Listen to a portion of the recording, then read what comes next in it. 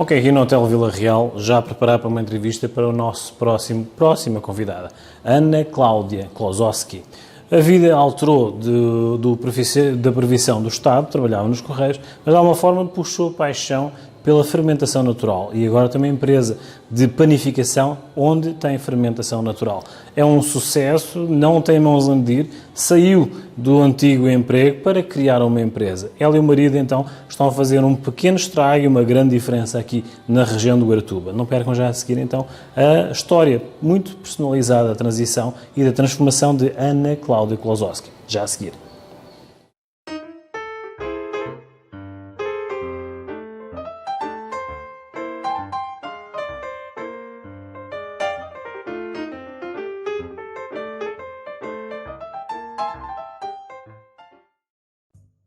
Ok, Uvas e Personalidades uma vez mais com uma convidada, as senhoras a darem as cartas, Ana Cláudia Klosowski. Obrigado por teres vindo a Uvas e Personalidades. Obrigada também. Uma revolução, origem humilde, trabalhava no Estado e passou para o empreendedorismo e a fábrica artesanal de pão. Correto? Correto. Para quem não conhece Ana Cláudia Klosowski, quem é Ana Cláudia Klosowski? Então, existem vários aspectos, né? Mas vamos assim à essência. Como eu te falava há pouco, a Ana é uma pessoa que quando menina, eu vim de uma família tradicional, uma família um tanto conservadora, rígida. Meu pai era descendente de poloneses, então são pessoas sofridas, né, que passaram muitas dificuldades. Esse imigrante também passou dificuldades, então eles têm uma certa dureza e a gente teve isso em casa também,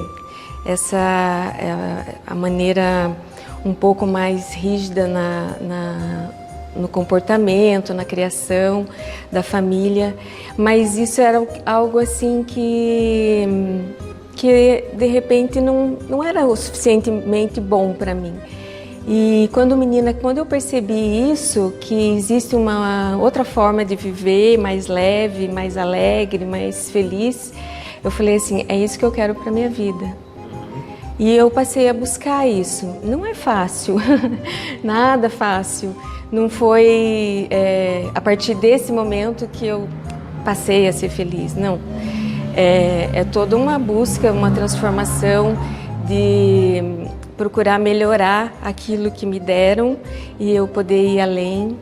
Então a Ana é essa pessoa que quer aprender a ser feliz. Ela está a gaguejar um bocadinho porque sente-se aquela pressão, mas não é a pressão do fermento que ela utiliza nos pães. Tu fizeste uma revolução ao descobrires a panificação, sim, correto? O fermento natural, a fermentação natural. Eu tenho a dizer que desde que começámos a experimentar o pão da Ana, tá?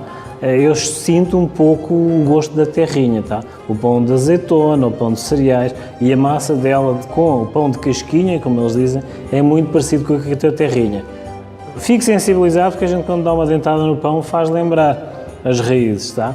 Como é que descobriste isso? Tu saíste de um trabalho monótono, chamemos assim, mecânico, para a criação. Como é que foi essa transição? Bem, primeiramente eu descobri o pão, né, quando eu fiz uma viagem para a Itália e eu não conhecia esse tipo de pão. E num restaurante, eles, antes de servirem a refeição, eles servem, né, o pão, veio até assim no saquinho de papel, ao lado do prato, para uma entrada. E quando eu provei aquele pão, foi assim um antes e um depois na minha vida em relação ao pão. Porque foi uma sensação maravilhosa, meu cérebro brilhou assim, porque eu nunca tinha sentido aquele sabor.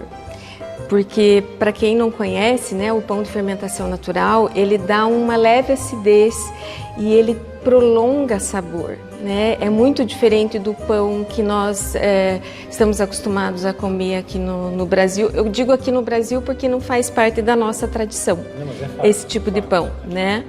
Então, eu fiquei maravilhada com o pão. Foi assim o meu primeiro contato.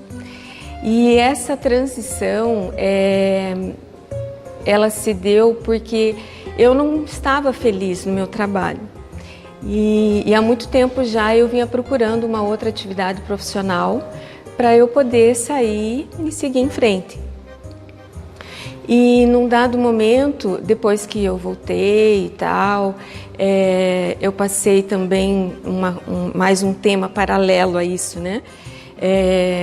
Eu vivi a doença da depressão por muitos anos e isso foi um marco também importante na minha vida. E quando eu fiz um tratamento recentemente que eu melhorei, então assim, foi como se me tirasse do quarto escuro, né? Aí me tirou do quarto escuro e eu voltei para a vida. E quando eu voltei para a vida, me veio essa vontade ainda mais forte de fazer com que a minha vida valesse a pena. Né? Não queria simplesmente cumprir as minhas 8 horas de trabalho, voltar para casa, né? Não que isso não tenha seu valor, tem, claro, mas eu não estava satisfeita com aquilo ali. E aí então eu juntei essa experiência com o pão, juntei o fato de não ter aqui esse tipo de pão e eu gostar muito, com mais essa questão da sede de viver e a vontade de mudar o meu rumo profissional. Então foi aí que eu comecei, juntei essas peças todas e veio a panificação artesanal na minha vida. Houve essa transição, houve essa reinvenção e houve essa descoberta, tá? Podemos dizer que de alguma forma tu provaste o pão que o diabo amassou? Eu passei por coisas assim. Passei. Como é que foi ver essa luz, ou seja, essa cultura europeia no pão, na farinha? Como é que foi essa visão dessa luz como um desafio de trazeres isso aqui para o Brasil? Encaras isso como um desafio ou já te pensas como um legado? É um desafio, sim, né? Porque é um ofício difícil, é bem delicado, porque são vários elementos que a gente conduz. Tem uma pessoa que fez parte da minha vida na panificação, que é a Renata Abdala. Ela tem uma padaria lá em Curitiba que chama Miolo de Pão. E ela me ensinou assim que a panificação artesanal, esse tipo de pão, a gente não domina, a gente conduz a fermentação.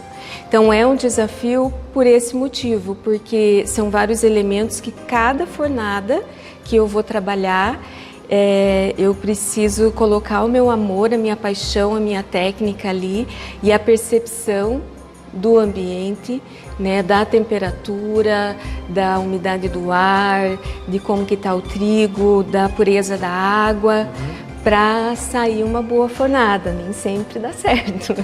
Então é sempre um desafio. Aqueles que nós provamos, aquilo que eu provei, aquilo que está muito em voga aqui em Guaratuba e em Curitiba, já se expandiu um pouco a experiência da Ana, é de alguma forma essa passagem de energia que ela diz que passa essa energia para o pão. Sim. Como é que é passar essa luz para o pão e o feedback desses clientes? Tens alguma história assim em particular que tu possas passar? Para além da minha, tá, que eu já disse que fico comovido ao sentir o sabor da terrinha, mas tens algum feedback assim especial que queiras partilhar? Tem um assim que me veio agora.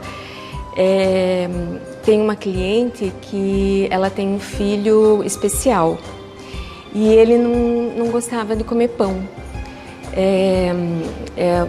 Enfim, era uma dificuldade para ele essa questão, uma dificuldade para ela também, né? Porque ele já é um filho adulto, mas ela tem um cuidado, assim, um carinho que a gente vê que é muito bonito.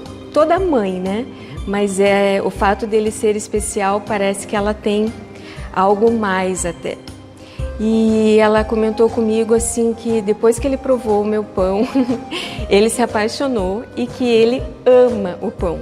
Que quando ela compra, às vezes ela tem que esconder dele, porque senão ele vai lá e pega e come tudo, né? Come boa parte do pão.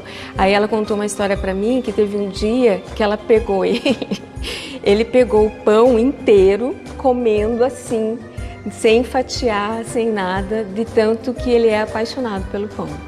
Essa é uma das histórias assim que eu lembro. Diz-te de alguma forma nós passamos essa energia, é a luz. Na Bíblia diz que este é o meu corpo, correto? Como é que tu te sentes a passar dessa forma essa energia positiva? Aqui existem várias histórias, mas agora passar para a parte fria do comercial, há esse sentimento? Tu sentes esse sentimento a passar também na veia comercial? Eu tenho porque primeiro vem essa paixão, sabe? Porque é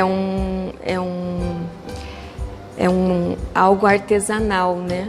Então eu não tenho uma produção, algo pronto que eu só direciono para o comércio, ou algo que eu coloco ali, ligo uma máquina e vai sair um produto padrão, assim, né? Não.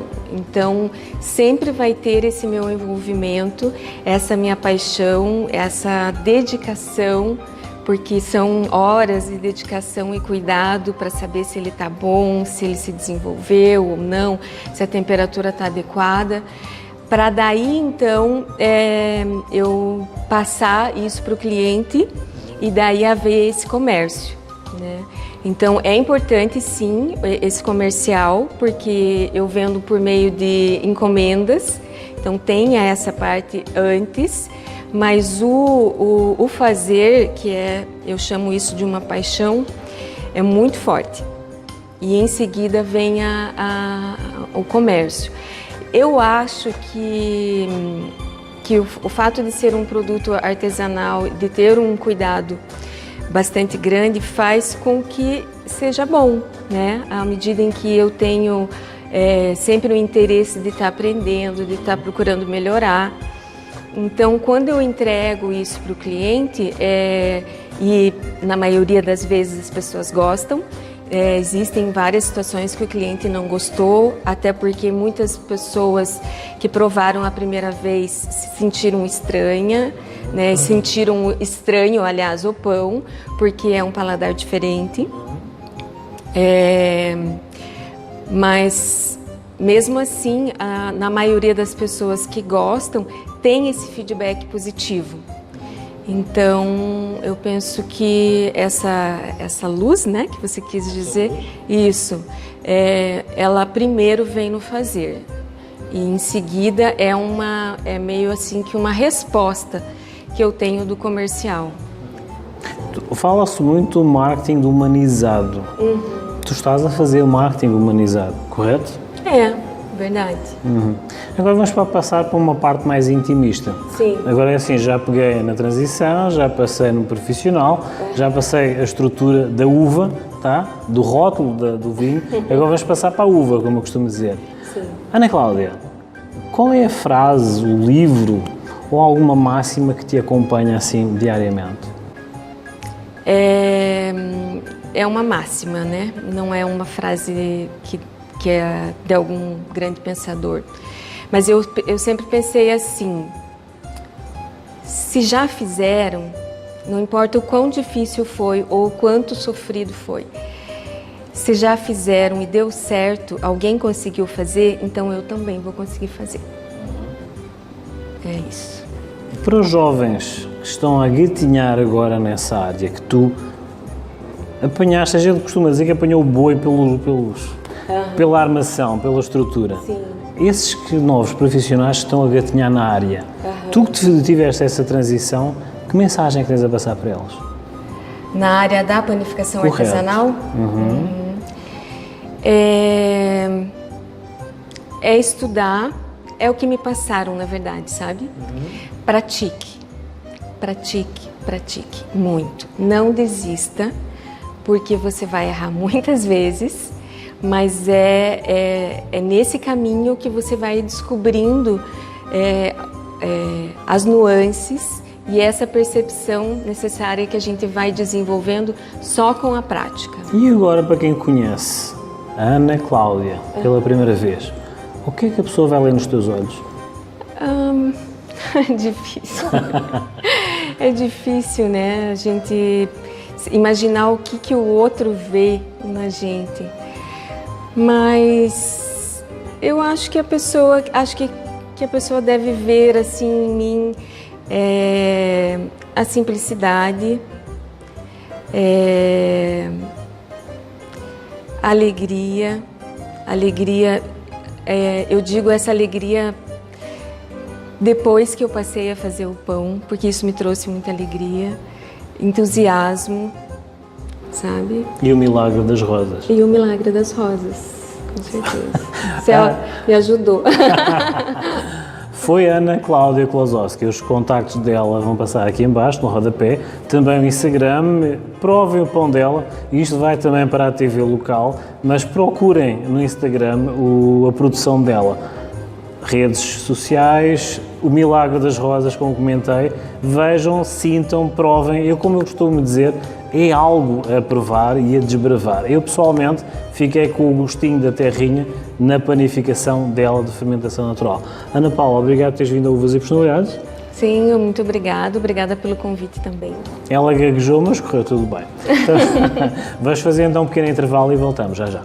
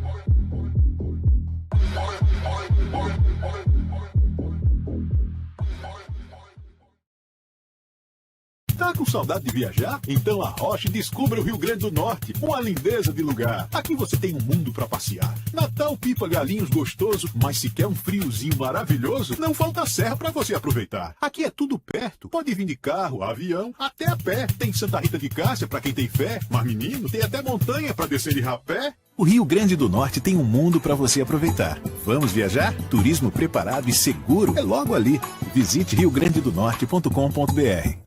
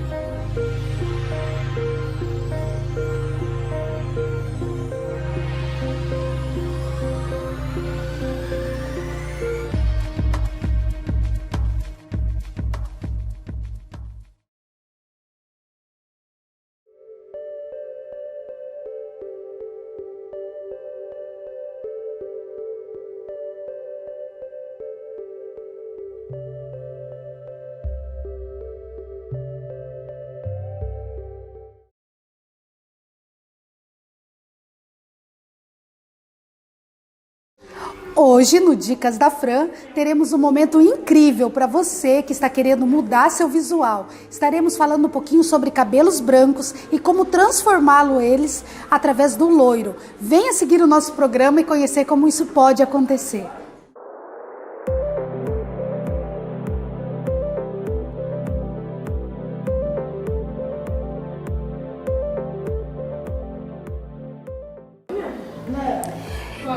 Então, como falamos no início, hoje estamos aqui com a nossa querida Carla para trazer uma transformação diferente para você. Para você, mulher que busca uma mudança radical nos cabelos, estamos aqui com um cabelo que tem alguns pontos de clareamento branco natural, tá? Então você que está passando por este momento, está naquela dúvida, né? O que eu faço da minha vida? Pinto o cabelo? Faço mechas? Qual é a melhor decisão? Então nós vamos aproveitar esse fundo de clareamento natural da Carla e vamos trazer para você uma técnica inovadora, que são micromechas. Para quê? Para quando o seu cabelo branco começar a nascer, misturar com as técnicas de pontos de luz que criamos. Então venha conhecer, venha conferir e você vai ter uma novidade e um posicionamento que você talvez pode estar procurando aí um salão próximo a você ou até mesmo a Fran Caetano para fazer esse trabalho para você.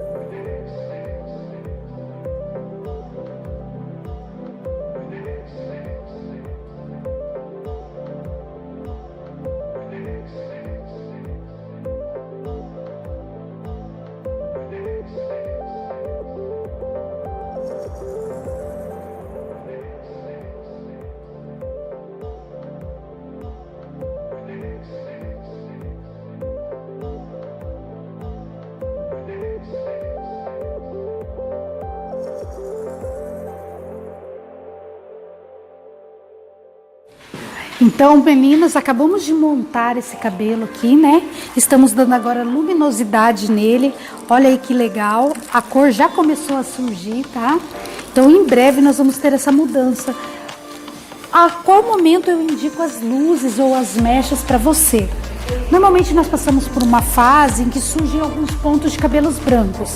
E a gente fica naquela dúvida se pintamos o cabelo ou se adquirimos pontos de luz. Esses pontos de luz vão fazer o quê? Vão trazer claridade para o seu visual e o seu cabelo natural vai nascendo e se misturando junto com esse efeito. Então é muito legal esse efeito luz-sombra que as mechas ocasionam. Daqui a pouquinho você vai acompanhar essa transformação.